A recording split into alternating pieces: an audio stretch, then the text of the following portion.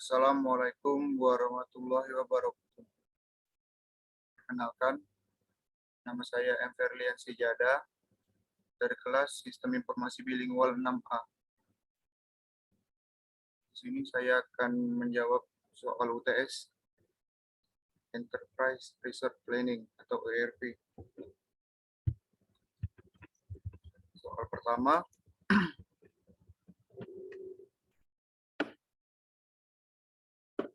jelaskan yang dimaksudkan dengan one input multi proses dalam penerapan ERP dan berikan contohnya di suatu rumah sakit. One input multi proses merupakan sebuah proses pengelolaan data informasi yang terhubung antara satu data dengan data yang lain ke dalam sistem yang terintegrasi untuk membuat suatu proses bisnis menjadi lebih efektif dan efisien untuk dikelola. Contoh penerapan ERP di rumah sakit yakni dari pengotomatisasian proses ketika kita melakukan check up atau pengobatan di rumah sakit diawali dengan registrasi dan secara otomatis informasi pasien akan disimpan ke dalam sistem terintegrasi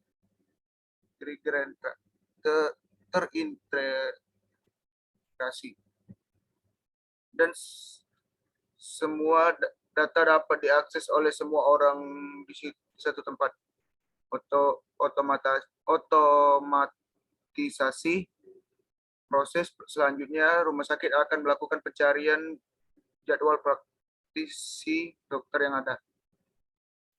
Setelah selesai, rumah sakit akan memberikan resep obat dan dilakukan proses penyiapan obat dan melihat stok di dalam gudang obat selanjutnya.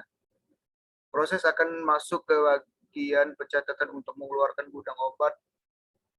Selanjutnya proses akan masuk ke bagian pencatatan dan mengeluarkan tagihan biaya rumah sakit dan melakukan pengarsipan terhadap data pasien. Dari sini terlihat semua yang terintegrasi harus terotomatisasi semuanya tanpa harus ada campur tangan user. Soal nomor 2. Jelaskan manfaat implementasi ERP pada suatu perusahaan dan berikan contoh pada perusahaan yang telah menerapkan ERP.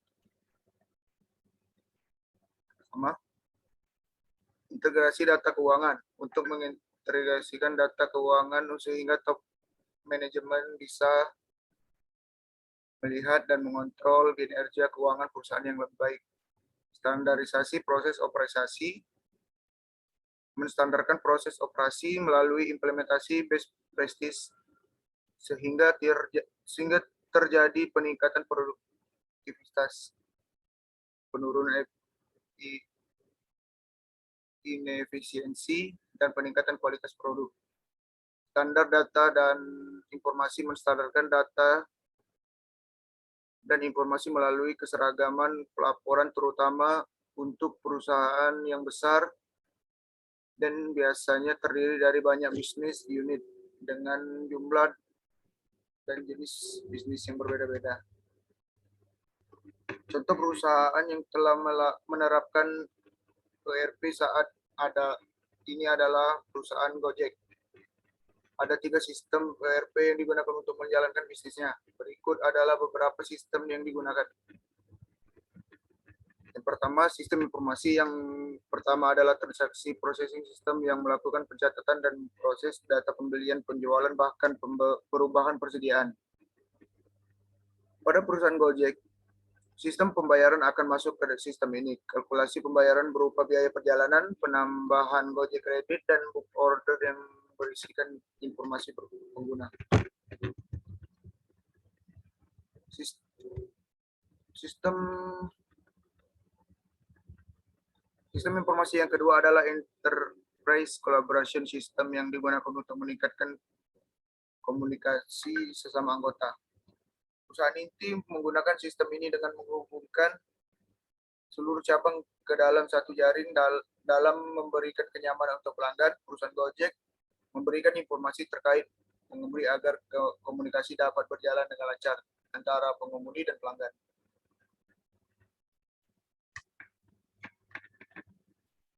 Sistem informasi yang ketiga adalah proses kontrol sistem yang digunakan untuk menjaga kegiatan bisnis perusahaan. Segala proses pemesanan masuk ke dalam sistem ini di mana akan dilakukan secara bertahap. Soal nomor 3. Salah satu manfaat diterapkannya ERP adalah adanya standarisasi data dan informasi. Jelaskan dan berikan contohnya.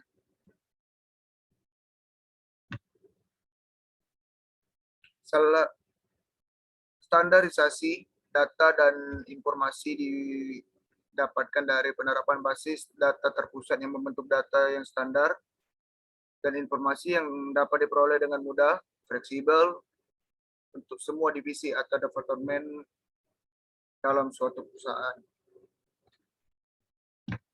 Contohnya, jika data yang dimasukkan pada suatu modul, contohnya penerimaan barang, maka modul-modul lain seperti pembayaran dan persediaan akan secara otomatis diperbarui juga.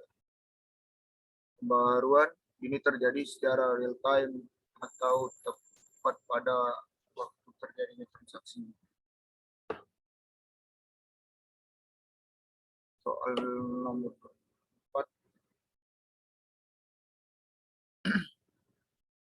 Untuk masing-masing bahan baku A, B, dan C, tentukan nilai-nilai sebagai berikut. Netting, looting, offsetting, exploitation. Jelaskan kesimpulan dari perhitungan di atas. Ketahui.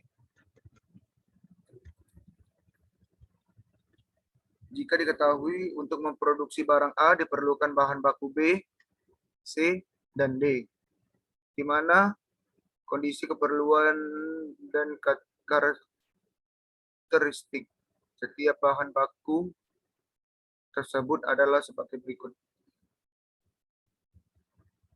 Untuk masing-masing bahan baku A, B, C, tentukan nilai sebagai berikut.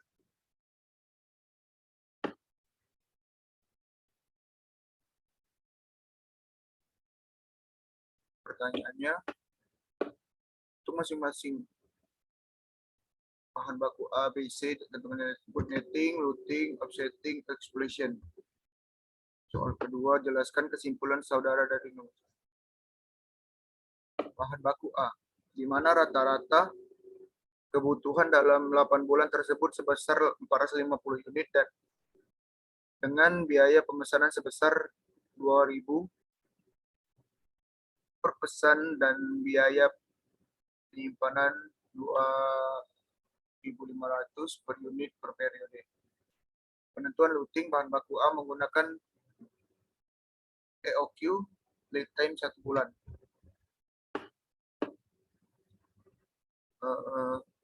Periode pertama kebutuhan kotornya 20 karena di persediaan awal ada persediaan di tangan 20. Periode kedua 15, persediaan tangan 0, kebutuhan bersihnya 15. Sampai seterusnya bisa dilihat di tabel ini. Jumlah netting di kebutuhan bersih, jadi dari periode bulan kedua, karena di periode bulan pertama tidak ada, jadi kebutuhan bersihnya 15 tambah 20 tambah 15 tambah 28, di periode ke-7 15, periode ke-8 23, jadi 116. Lalu loading EQ, masukkan rumus EQ buka kuadrat 2PK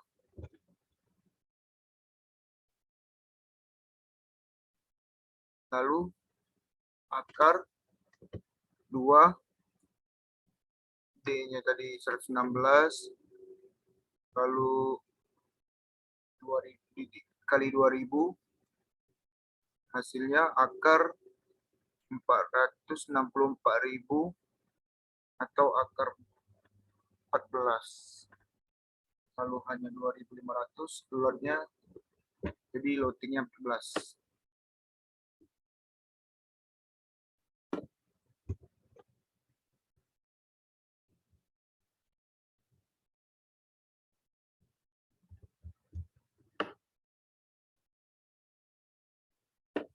Bahan baku B atau 2B, pencarian nilai loading bahan baku B menggunakan fixed order atau FOQ untuk menentukan LOT dengan nilai institusi 28. Deadline 1 bulan. Offsetting dari bahan baku A dijadikan kebutuhan kotor pada bahan baku B itu dikali 2. Seperti di gambar ini. Periode tahun sebelumnya per bulan.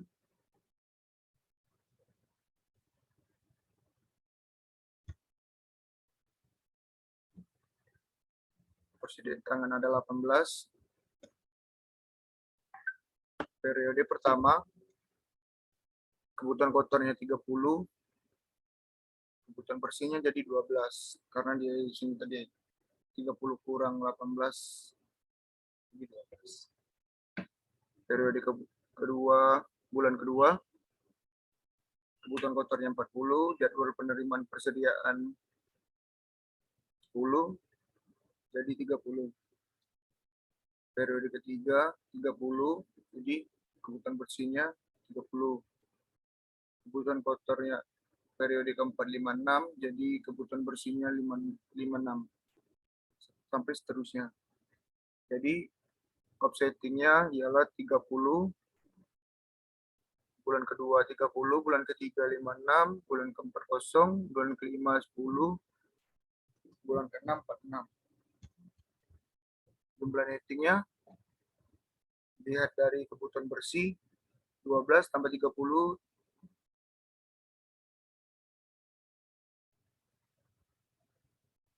tambah 56 tambah 10 tambah 46, jadi 184.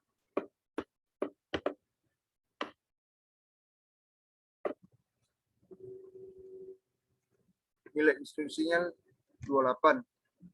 FOQ periode tahun sebelumnya atau bulan per bulan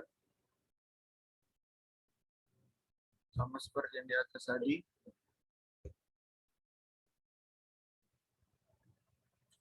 Karena tadi dikali 2, jadi nilainya dikali 2. Bahan baku C, mencari nilai loading bahan baku C menggunakan load for load. Time 1 bulan. Bisa lihat di gambar ini.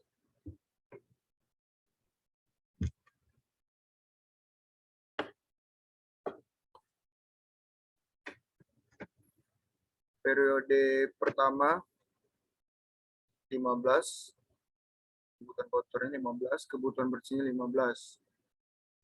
Kebutuhan kotor bulan kedua 20, bersihnya 20.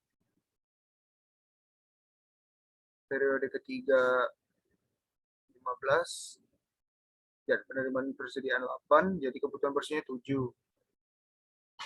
Bulan keempat 28, jadwal penerimaan persediaan 10, jadi kebutuhan bersih 10.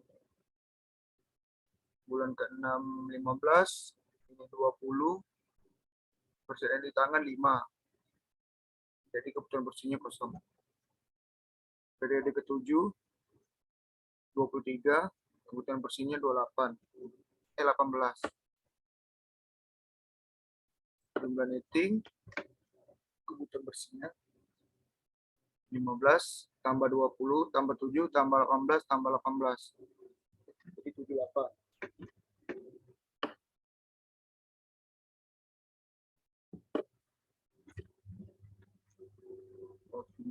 Lot for lot periode pertama 20, kebutuhan bersihnya 20, ukuran lotnya 20. Periode kedua 7, ukuran lot 7. Periode ketiga 18, kebutuhan bersihnya, ukuran lotnya 18. Periode ke-6 kebutuhan bersihnya 18, ukuran lotnya 18. Bahan baku D atau 3D bisa dilihat seperti gambar berikut. Lalu pencarian nilai loading bahan baku C menggunakan fixed periode recruitment atau FPR dengan instruksi load sebesar 4 bulan, fixed time 1 bulan. Offsetting dari bahan baku C dijadikan kebutuhan kotor pada bahan baku D dikali 3. Periode sebelumnya, bulan ke-12 itu 45, percentangan 28. Periode pertama kebutuhan kotornya 60, lalu periode kedua 21, persedentangan kosong. Periode ketiga 54, jadwal penerimaan persediaan 20.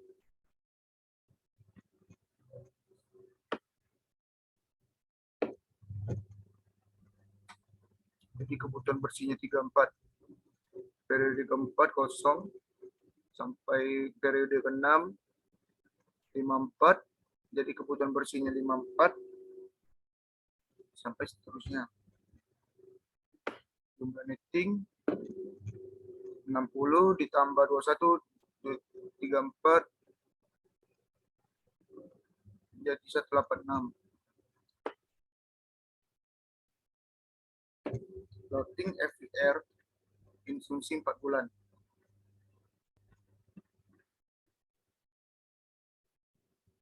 Dari tahun sebelumnya per bulan 11, 12, kebutuhan bersihnya 17, ukuran lot 132, persediaan 115. Bulan ke-12 60, persediaannya 55. Sampai periode bulan pertama 21, persediaan 34. Periode bulan kedua 34, lalu periode ketiga ukuran lotnya 54, persediaannya 54. Periode per bulan persediaannya 54. Periode bulan kelima kebutuhan bersihnya 54. Persediaannya 0. Lalu kesimpulan dari nomor 1 di atas adalah untuk mendapatkan bahan baku A maka diperlukan bahan baku 2B dan C. Dan untuk mendapatkan bahan baku C dibutuhkan bahan baku 3D. Atau bahan baku 3D digunakan untuk membuat bahan baku C. Bahan baku C dan 2B digunakan untuk membuat bahan baku A. Kesimpulan dari bahan baku D. Bahan baku D sudah harus dipesan. Rencana pemesanan atau offsetting pada bulan 11 dan 12 di periode sebelumnya. Dan bulan ke-125 periode berjalan untuk memenuhi kebutuhan pada bulan ke-12 periode sebelumnya. Dan bulan ke-1, 2, 3, 6 di periode berjalan. Dan metode loading digunakan adalah FPR dengan lead 4 bulan, di mana loading dilakukan setiap 4 bulan sesuai dengan kebutuhan bersih yang diperlukan. Kesimpulan bahan baku C. Bahan baku C sudah harus dipesan. Rencana pemesanan offsetting pada bulan ke-12 periode sebelumnya dan bulan ke-1, 2, 3, 6 periode berjalan untuk memenuhi kebutuhan pada bulan 1, 2, 3, 4, 7 di periode berjalan. Dan metode loading yang digunakan adalah load for load, di mana pemesanan dilakukan setiap sesuai jumlah kebutuhan yang diperlukan. Kesimpulan bahan baku B. Bahan baku B sudah harus dipesan. Rencana pemesanan offsetting pada bulan ke-12 periode sebelumnya. Dan pada bulan 1, 2, 3, 4, 6 di periode berjalan untuk memenuhi kebutuhan pada bulan 1, 2, 3, 4, 6, 7 di periode berjalan. Dan metode loading digunakan adalah FOQ dengan nilai instruksi 28, di mana jumlah lot disesuaikan dengan nilai instruksi tersebut. Kesimpulan bahan baku A. Offsetting pada produk A sudah harus ada pada bulan ke 1, 2, 3, 4, 6, 7 di periode berjalan untuk memenuhi kebutuhan barang. Jadi pada bulan 2, 3, 4, 5, 7, 8 dan metode loading digunakan adalah EOQ dengan jumlah lot yaitu 14. Mungkin sekian jawaban UTS ERP saya ini. Bila ada salah kata saya mohon maaf. Wassalamualaikum warahmatullahi wabarakatuh.